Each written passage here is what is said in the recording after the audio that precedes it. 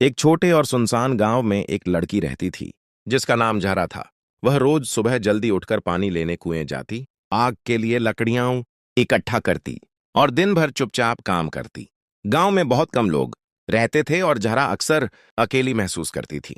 एक दिन जब जहरा जंगल के रास्ते से वापस आ रही थी, उसने देखा कि एक छोटा सा भूरा कुत्ता गड्ढे के किनारे बैठा है और कांपते हुए उसे देख रहा है।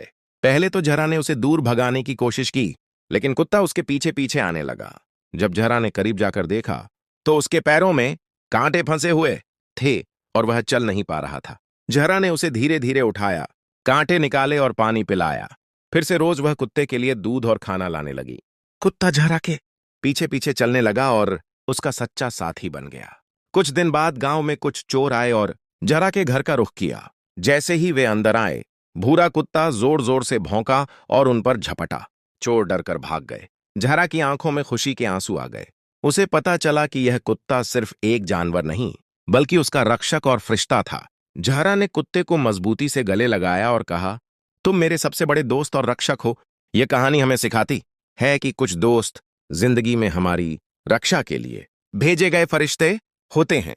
कुत्ते की वफादारी के लिए एक लाइक तो बनता है ना?